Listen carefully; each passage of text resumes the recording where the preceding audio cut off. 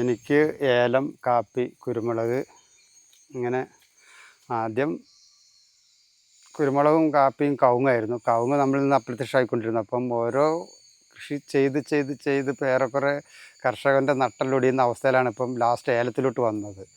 ഏലം ഇതുപോലെ ആരംഭത്തിൽ ഇതുപോലെ പൂവും കായുമായി ഏലക്ക ഉണ്ടാവും. കൃഷിക്കാരെന്ന് പറഞ്ഞാൽ എന്തെങ്കിലും കാട്ടിക്കൂട്ടി മണ്ണിനെ ദ്രോഹിച്ച് പെട്ടെന്ന് ആർത്തിയോടുള്ള രാസവളങ്ങളും രാസകീടനാശിനികളൊക്കെ ഉപയോഗിച്ച് കൃഷി ചെയ്യുന്നതിൽ എത്രയോ നല്ല ഭംഗിയായിട്ട് കൂടുതൽ വിളവ് തരും. ആ കഴിക്കുന്നതിന് ആരോഗ്യത്തിന് മെച്ചം വരും. മണ്ണ് അതുപോലെ കൂടുതൽ വിളവ് തരും. അപ്പോൾ മണ്ണിനെ സംരക്ഷിക്കണമെങ്കിൽ ഇപ്പോൾ ഇതാണ് അതിൻ്റെ അവസ്ഥ. നാം നുണ പറയുകയാണെങ്കിൽ ഞാൻ കരിയിലിട്ട് മൂടിയിരിക്കുന്ന വേനൽക്ക ഇത് മുഴുവനും നല്ല ചാണകപ്പൊടിയാണ് ഇതിനകത്ത് മുകളിലിട്ടിരിക്കുന്നത്. അത് അങ്ങനെ ചാണകപ്പൊടി ഇട്ടിട്ട് അതിൻ്റെ പുറത്ത് കരിയിൽ ഇപ്പോൾ കണ്ടെത്തൊന്നും ആളുകൾ വിചാരിക്കും ഇതിനകത്ത് മുഴുവൻ രാസവളം ഇട്ടിട്ട് ഞാനിങ്ങനെ കുളിപ്പിച്ച് വെച്ചിരിക്കുക. ഒരിക്കലും ചെയ്താൽ മണ്ണിനെ, ഞാൻ സ്നേഹിക്കുന്ന മണ്ണിനെ എനിക്ക് മണ്ണ് ദ്രോഹമേ ചെയ്യുള്ളൂ. എന്താ വെച്ചാൽ ഞാൻ മണ്ണാകേണ്ടത് മണ്ണിൽ നിന്ന് നീ ഭക്ഷണം കഴിക്കുക എന്നാണ്. അതാണ് യഥാർത്ഥ സത്യം.